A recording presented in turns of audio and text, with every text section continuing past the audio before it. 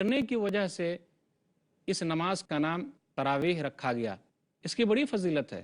نبی صلی اللہ علیہ وسلم نے اس کی فضیلت بیان کرتے ہوئے کہا، صحیح بخاری کتاب صلاۃ التراویح کتاب نمبر 31 باب نمبر 1 حدیث نمبر 2009، من قام رمضان ایمانا واحتسابا غفر له ما تقدم من ذنبہ، جس آدمی نے رمضان کا قیام کیا ایمان کے ساتھ اور ثواب کی نیت سے، تو اس کے پچھلے گناہ معاف ہو جاتے ہیں، چھوٹے چھوٹے گناہ معاف ہو جاتے ہیں۔ تو تراویح کی بڑی فضیلت ہے، اس کا اہتمام کرنا چاہیے۔ تراویح کی تعداد کتنی ہے؟ اس سلسلے میں دو مشہور قول زیادہ ہے۔ ایک قول تو یہ ہے کہ 8 رکعت تراویح ہے، دوسرا مشہور قول یہ ہے کہ 20 رکعت تراویح ہے۔ پہلا مشہور قول ہے کہ 8 رکعت تراویح ہے۔ اس کے لیے دلیل ہے صحیح کتاب التہجد کتاب نمبر 19 باب نمبر 16 باب قیام النبی باللیل فی رمضان وغیرہ، حدیث نمبر 1041۔ ابو سلمہ بن عبد الرحمن مائی عائشہ رضی اللہ تعالی عنہ کے پاس آئے اور کہا، کیف کانت صلاۃ رسول اللہ صلی اللہ علیہ وسلم فی رمضان، کہ رسول اللہ صلی اللہ علیہ وسلم رمضان میں کیسی نماز پڑھتے تھے، کتنی رکعت آپ کی نماز ہوتی تھی؟ تو انہوں نے کہا، ما کانا یزید رسول اللہ صلی اللہ علیہ وسلم فی رمضان ولا فی غیرہ علی 11 رکعہ، کہ رسول اللہ صلی اللہ علیہ وسلم رمضان اور رمضان کے علاوہ راتوں میں 11 رکعت سے زیادہ نہیں پڑھتے تھے۔ ان لوگوں کے لیے دلیل ہے جو لوگ کہتے ہیں کہ تراویح کی نماز 8 رکعت ہے۔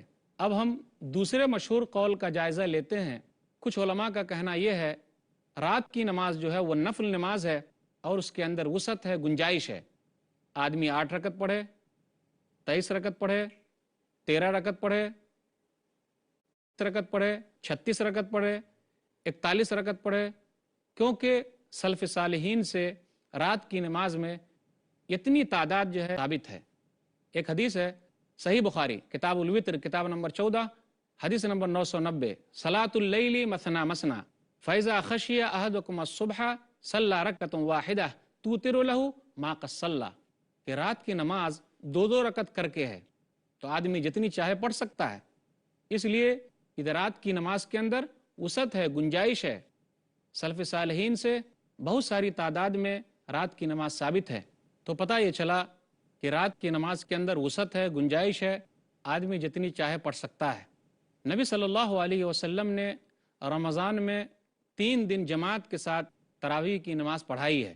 مائی عائشہ رضی اللہ تعالیٰ عنہ کہتی ہیں، صحیح بخاری کتاب صلاۃ التراویح کتاب نمبر 31 حدیث نمبر 2012، کہ نبی صلی اللہ علیہ وسلم ایک رات نکلے تو آپ مسجد میں نماز پڑھنے کے لیے گئے، تو لوگ بھی آپ کے ساتھ نماز پڑھنے کے لیے گئے۔ اس کے بعد لوگوں نے آپس میں چرچا کیا، تو دوسری رات اور زیادہ لوگ آ گئے، تیسری رات اور زیادہ لوگ آ گئے، اور چوتھی رات کا کیا کہنا کہ چوتھی میں مسجد جو ہے وہ تنگ ہو گئی، بہت زیادہ لوگ آ گئے۔ تو نبی صلی اللہ علیہ وسلم اس رات تراویح پڑھانے کے لیے گھر سے باہر نہیں نکلے۔ صبح کی نماز کے لیے جب آپ نکلے تو آپ نے کہا کہ میں جانتا ہوں کہ تم لوگوں کا جو جذبہ ہے وہ کافی اچھا ہے، وَلَكِنِّي خَشِيتُ أَن تُفْرَزَ عَنْكُمْ فَتَعْجِزُوا عَنْهَا، لیکن میں ڈرتا ہوں کہ اگر یہ شوق اور جذبہ تمہارا رہا تو کہیں ایسا نہ ہو کہ اللہ تعالیٰ اس کو تمہارے اوپر فرض کر دے اور تم اس کو پورا نہ کر سکو۔ سنن ابی داؤد کتاب شہر رمضان کتاب نمبر 6 باب نمبر 1 حدیث نمبر 1375۔ ابو ذر رضی اللہ تعالیٰ عنہ کہتے ہیں کہ جب رمضان ختم ہونے میں 7 دن باقی رہ گئے تو نبی صلی اللہ علیہ وسلم نے ہم لوگوں کو قیام کے لیے ابھارا، اور آپ صلی اللہ علیہ وسلم رمضان میں قیام کیا، یعنی تراویح کی نماز پڑھنے کے لیے آئے۔ وہ بیان کرتے ہیں کہ آپ صلی اللہ علیہ وسلم نے 23ویں رات تراویح کی نماز پڑھائی، پھر اسی طرح 24ویں رات آپ نے نہیں پڑھائی، 25ویں رات آپ صلی اللہ علیہ وسلم نے نماز پڑھائی۔ تو ہم لوگوں نے کہا کہ اللہ کے رسول صلی اللہ علیہ وسلم اور زیادہ نفل نماز پڑھائیے تاکہ ہمیں اور زیادہ ثواب ملے۔ تو رسول اللہ صلی اللہ علیہ وسلم نے کہا، ان الرجل اذا صلی مع الامام حتی ینصرف حسب له قیام لیلہ، کہ اگر کوئی آدمی امام کے ساتھ قیام کرتا ہے یعنی رات کی نماز پڑھتا ہے یہاں تک کہ امام چلا جائے تو اسے رات بھر کا ثواب ملتا ہے۔ پھر اسی طرح نبی صلی اللہ علیہ وسلم 26ویں رات کو لوگوں کو جماعت کے ساتھ نماز نہیں پڑھائی۔ جب 27ویں رات آئی تو راوی کہتے ہیں کہ جب اس طریقے سے چند دن باقی رہ گئے، یعنی 27ویں رات تھی، اس 27ویں رات کو نبی صلی اللہ علیہ وسلم نے کیا کیا؟ جمع اہلہ ونساءہ والناس، کہ رسول اللہ صلی اللہ علیہ وسلم نے اپنے گھر والوں کو، اپنی عورتوں کو اور لوگوں کو جمع کیا۔ فقام بنا، اور ہم لوگوں کو رسول اللہ صلی اللہ علیہ وسلم نے نماز پڑھائی، حتی خشینا ان یفوتنا الفلاح، یہاں تک کہ ہمیں ڈر لگ گیا کہیں ایسا نہ ہو کہ سحری چھوٹ جائے۔ پہلی رات جو آپ نے تراویح کی نماز پڑھائی تھی تو 1 ثلث گزرنے کے بعد آپ نے پڑھائی تھی۔ دوسری رات یعنی جو 25ویں رات آپ نے پڑھائی ہے تو آدھی رات گزرنے کے بعد آپ نے تراویح کی نماز پڑھائی ہے۔ پہلی رات یعنی 23ویں رات کو آپ نے 1 ثلث رات گزرنے کے بعد تراویح کی نماز پڑھائی، اور 25ویں تاریخ کو آپ نے آدھی رات گزرنے کے بعد تراویح کی نماز پڑھائی۔ تو نبی صلی اللہ علیہ وسلم سے 3 دن جماعت کے ساتھ تراویح کی نماز پڑھنا ثابت ہے۔ اگر ہم اس حدیث پر غور کرتے ہیں تو ہمیں پتہ چلتا ہے کہ نبی صلی اللہ علیہ وسلم نے جماعت کے ساتھ تراویح کی نماز پڑھائی ہے۔ اس سے یہ بھی پتہ چلتا ہے کہ تراویح آدمی کو مختلف اوقات میں پڑھنی چاہیے، کبھی شروع رات میں پڑھنی چاہیے، تو کبھی بیچ رات میں پڑھنی چاہیے، تو کبھی اخیر رات میں پڑھنی چاہیے، کیونکہ اس کے لیے گنجائش ہے۔ اس سے یہ بھی پتہ چلا اس حدیث سے کہ نبی صلی اللہ علیہ وسلم نے 27ویں رات کو تمام لوگوں کو جمع کیا، اپنی عورتوں کو جمع کیا، اپنے گھر والوں کو جمع کیا۔ پتہ چلا کہ عورتوں کے لیے بھی تراویح کی نماز ہے، وہ پڑھیں تو انہیں بھی ثواب ملے گا، کیونکہ نبی صلی اللہ علیہ وسلم نے اپنی عورتوں کو اور اپنے گھر والوں کو جمع کیا، اس کے بعد آپ نے 27ویں تاریخ کو تراویح کی نماز پڑھائی۔ اس حدیث سے پتہ چلا کہ جو کوئی بھی آدمی امام کے ساتھ تراویح کی نماز پڑھتا ہے، رات میں قیام کرتا ہے، اور قیام کرنے کے بعد امام جب چلا جاتا ہے اور وہ بھی چلا جاتا ہے تو اسے پوری رات کا ثواب ملتا ہے۔ تو اسے معمولی نہ سمجھیں، تراویح کی بڑی اہمیت ہے، آدمی کو چاہیے کہ اس کا علم کرے۔ اب مسئلہ یہ ہے کہ جب نبی صلی اللہ علیہ وسلم نے 3 دن تک تراویح کی نماز پڑھائی ہے، اس کے بعد آپ نے نہیں پڑھائی، تو آج کل جب ہم جماعت کا اہتمام کر رہے ہیں وہ کیا ہے؟ جمہور علماء کا کہنا ہے کہ جماعت کے ساتھ تراویح کی نماز پڑھنا اہم ہے۔ عمر رضی اللہ تعالیٰ عنہ نے جب دیکھا کہ مسجد کے اندر بہت سارے لوگ الگ الگ نماز پڑھ رہے ہیں، تو عمر رضی اللہ تعالیٰ عنہ نے تمام لوگوں کو ابی بن کعب کے پیچھے جمع کر دیا۔ اس کا واقعہ ذکر ہے صحیح بخاری کے اندر، صحیح بخاری کتاب صلاۃ التراویح کتاب نمبر 31 حدیث نمبر 2010، کہ عمر رضی اللہ تعالیٰ عنہ نے دیکھا کہ لوگ الگ الگ نماز پڑھ رہے ہیں، تو وہ عبد الرحمن عبد القاری کے ساتھ مسجد کے اندر گئے۔ پھر اس کے بعد ان کی خواہش یہ ہوئی کاش کہ ایسا ہوتا کہ لوگ ایک امام کے پیچھے جماعت کے ساتھ تراویح کی نماز ادا کرتے، تو انہوں نے ابی بن کعب رضی اللہ تعالیٰ عنہ کو حکم دیا کہ وہ تمام کے تمام لوگوں کو تراویح کی نماز پڑھائیں۔ دوسری رات پھر جب آپ گئے تو آپ نے دیکھا کہ تمام کے تمام لوگ ایک قاری کے پیچھے نماز پڑھ رہے ہیں، تراویح کی نماز ادا کر رہے ہیں، تو انہوں نے کہا نعم البدعۃ ھذہ، یہ کتنی اچھی بدعت ہے۔ اس سے مراد یہ ہے کوئی سنت کو مردہ کرنا نہیں تھا، بلکہ یہ صرف لفظی طور پر بدعت کا لفظ استعمال ہوا ہے، یعنی یہ اچھا لگ رہا ہے، کتنی اچھی چیز ہے۔ پہلے لوگ الگ الگ پڑھ رہے تھے، اب لوگ جماعت کے ساتھ نماز پڑھ رہے ہیں۔ یاد رکھیے کوئی بھی صحابی کبھی بھی بدعت ایجاد نہیں کرتا۔ محترم ناظرین، عنوان ماہ رمضان اور تراویح، اس پر گفتگو کا سلسلہ جاری رہے گا، انشاءاللہ پھر ملیں گے چھوٹے سے وقفے کے بعد۔ محترم ناظرین، السلام علیکم ورحمۃ اللہ وبرکاتہ۔ دوبارہ آپ کا استقبال ہے پروگرام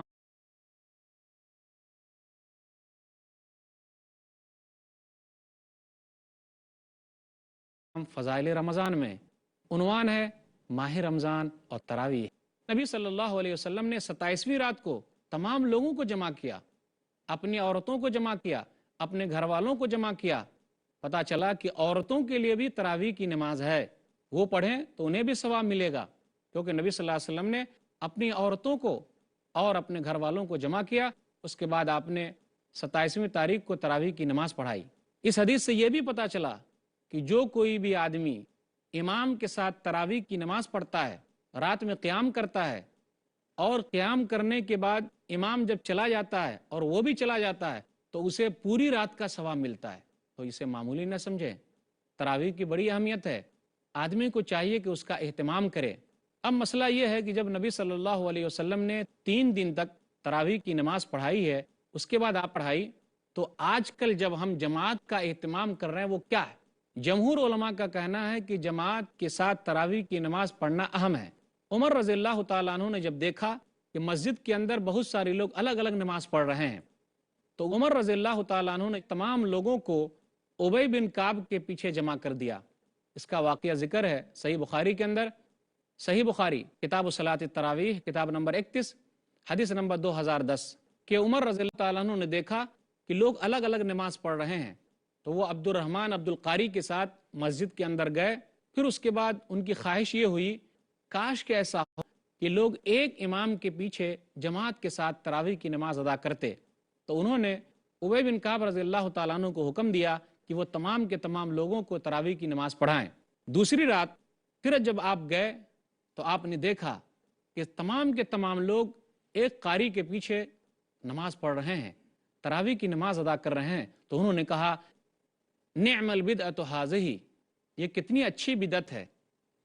اس سے مراد یہ ہے کوئی سنت کو مردہ کرنا نہیں تھا، بلکہ یہ صرف لفظی طور پر بدعت کا لفظ استعمال ہوا ہے، یعنی یہ اچھا لگ رہا ہے، کتنی اچھی چیز ہے۔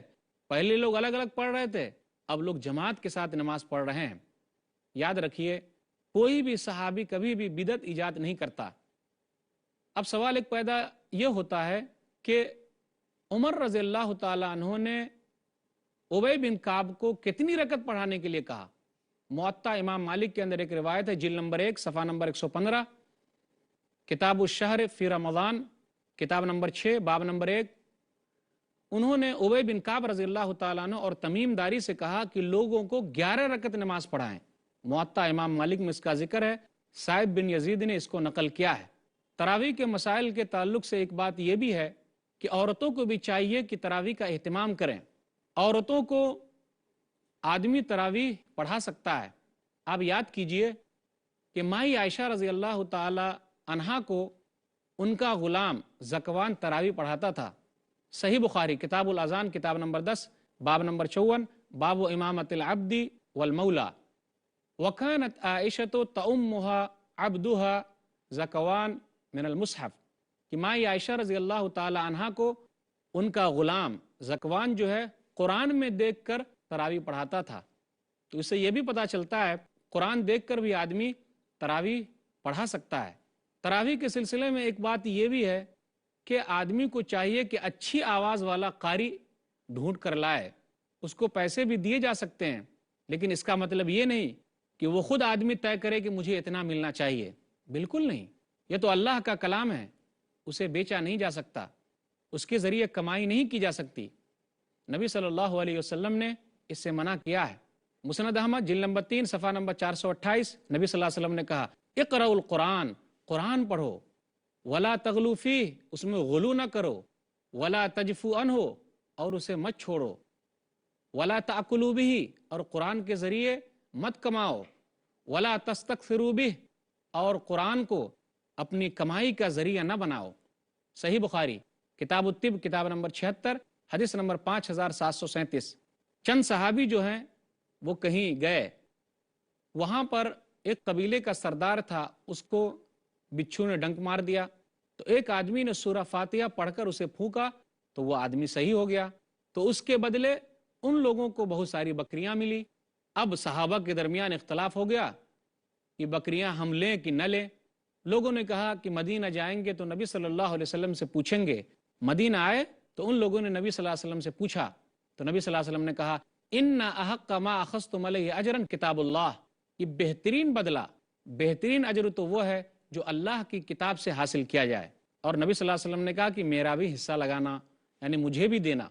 تو اس سے یہ پتہ چلتا ہے کہ اگر کوئی آدمی ہمیں اپنا محنتانہ دے دے، قرآن پڑھانے کا اجر دے دے، کچھ پیسے دے دے، تو اسے لے لینے میں کوئی حرج نہیں ہے، لیکن اسے فکس کرنا، متعین کرنا، یہ اچھی بات نہیں ہے۔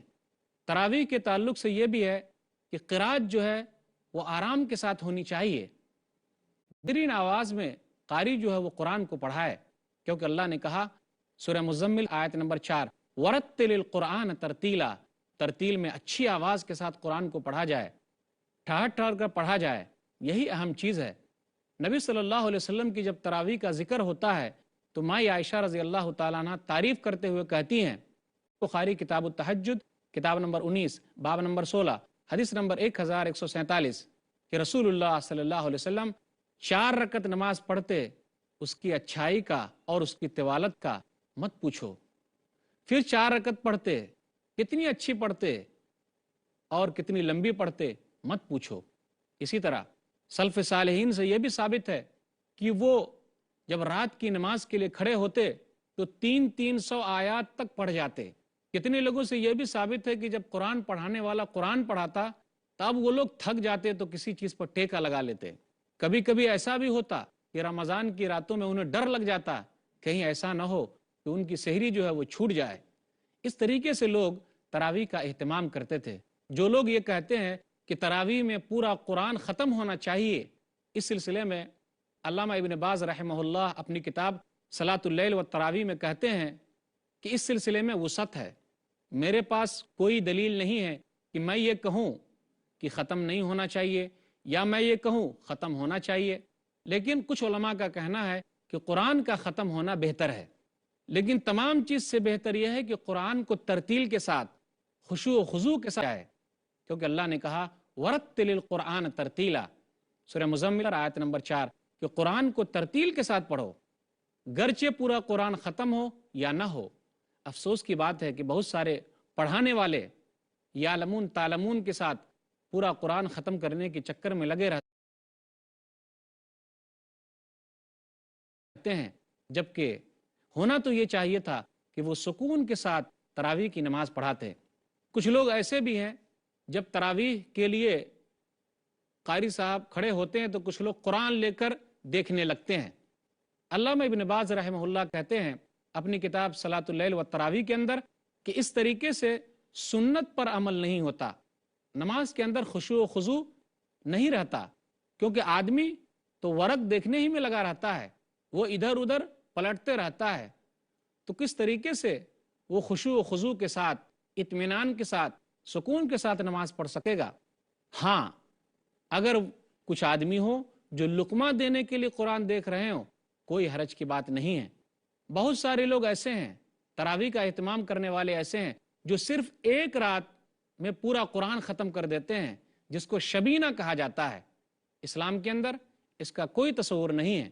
ماں عائشہ رضی اللہ تعالیٰ عنہ کہتی ہیں، صحیح مسلم کتاب صلاۃ المسافرین کتاب نمبر 6 حدیث نمبر 746، میں نہیں جانتی کہ نبی صلی اللہ علیہ وسلم نے ایک رات پورا قرآن ختم کیا ہے۔ سلف صالحین کس طریقے سے پڑھا کرتے تھے، 3 دن میں ختم کرتے، کوئی 7 دن میں ختم کرتا، کوئی 1 مہینے میں ختم کرتا، تو ایک رات صرف تراویح کا اہتمام کرنا یہ کہاں کی عقل مندی ہے۔ اب میں چند باتیں وطر کے تعلق سے آپ کے سامنے رکھنا چاہتا ہوں، کیونکہ مائی عائشہ کی جو وہ حدیث ہے 11 رکعت والی، اس کے اندر وہی ہے ثم یصلی ثلاثا، پھر رسول اللہ صلی اللہ علیہ وسلم نے 3 رکعت نماز پڑھی۔ صحیح بخاری کتاب التہجد کتاب نمبر 19 باب نمبر 16 حدیث نمبر 1147۔ وطر کے اندر بھی وسعت ہے، آدمی 3 رکعت پڑھے، 5 رکعت پڑھے، 9 رکعت پڑھے، 1 رکعت بھی پڑھے۔ کچھ لوگ کہتے ہیں کہ 1 رکعت وطر ثابت نہیں ہے، تو ایسی بات نہیں، حدیث کے اندر اس کا ذکر ہے۔ سنن ابی داؤد کتاب الوطر کتاب نمبر 8 حدیث نمبر 1422 کہ نبی صلی اللہ علیہ وسلم نے ارشاد فرمایا الوطر حق علی کل مسلم، کہ ہر مسلمان کے لیے ہے کہ وہ وطر کی نماز پڑھے۔ فمن احب ان یوتر بخمس فلیفعل، کوئی 5 رکعت پڑھنا چاہتا ہے تو پڑھے ایک سلام کے ساتھ۔ ومن احب ان یوتر بثلاث فلیفعل، اور اگر کوئی 3 رکعت پڑھنا چاہتا ہے تو پڑھے۔ ومن احب ان یوتر بواحدۃ، اگر کوئی 1 رکعت پڑھنا چاہتا ہے تو چاہیے کہ وہ پڑھے۔ تو نبی صلی اللہ علیہ وسلم سے وطر اس طریقے سے ثابت ہے۔ وطر میں دعائے قنوت نبی صلی اللہ علیہ وسلم نے سکھائی ہے، وہ کیا؟ حسن بن علی رضی اللہ تعالیٰ عنہ کہتے ہیں کہ نبی صلی اللہ علیہ وسلم نے مجھے دعائے قنوت سکھائی۔ سنن ابی داؤد کتاب الوطر کتاب نمبر 8 حدیث نمبر 1125، کیا کہا نبی صلی اللہ علیہ وسلم نے؟ سکھایا دعائے قنوت، اللہم اہدنی فیمن ہدیت وعافنی فیمن عافیت وتولنی فیمن تولیت وبارک لی فیما اعطیت وقنی شر ما قضیت انک تقضی ولا یقضی علیک وانہ لا یذل من والیت ولا یعز من عادیت تبارکت ربنا وتعالیت۔ نبی صلی اللہ علیہ وسلم نے دعائے قنوت اس طریقے سے سکھائی ہے۔ وطر کے اندر آدمی دعا مانگنا چاہے تو رکوع سے پہلے بھی مانگ سکتا ہے، رکوع کے بعد بھی مانگ سکتا ہے۔ وطر کے بعد جب وطر کی نماز ختم ہو جائے تو آدمی کو چاہیے کہ سبحان الملک القدوس پڑھے۔ اس کا بھی تذکرہ موجود ہے سنن ابی داؤد کتاب الوطر کتاب نمبر 8 حدیث نمبر 1430 کہ اللہ کی ذات پاک ہے۔ تو یہ چند باتیں تھیں جو میں نے ماہ رمضان اور تراویح کے تعلق سے کہی۔ وہ یہ کہ تراویح کی نماز نفلی نماز ہے، اس کی بڑی فضیلت ہے، آدمی کو ثواب حاصل کرنا چاہیے۔ اور رات کی نماز ہے، اس کے اندر وسعت ہے، آدمی کو چاہیے کہ ایسے قاری کا انتظام کرے جو اچھی آواز والا ہو۔ آدمی کو چاہیے کہ تراویح کی نماز کے دوران آرام کے ساتھ نماز کا اہتمام کرے۔ اسی طرح میں نے وطر کے تعلق سے یہ بھی کہا، آدمی کو چاہیے کہ وطر کا اہتمام کرے۔ 3 رکعت بھی ہے، 5 رکعت بھی ہے، 1 رکعت بھی ہے۔ دعائے قنوت پہلے بھی پڑھ سکتے ہیں، بعد میں بھی پڑھ سکتے ہیں۔ علماء نے کہا قنوت نازلہ رکوع کے بعد پڑھی جائے، پھر اس کے بعد سبحان الملک القدوس پڑھنا چاہیے۔ تو یہ چند باتیں تھیں تراویح کے تعلق سے جو میں نے آپ کے سامنے رکھی۔ اللہ تعالیٰ سے دعا ہے کہ اللہ تعالیٰ ہم لوگوں کو تراویح کے اہتمام کی توفیق دے، آمین۔ وآخر دعوانا الحمدللہ رب العالمین وصلی اللہ علی نبینا محمد وآلہ وصحبہ اجمعین، والسلام علیکم ورحمۃ اللہ وبرکاتہ۔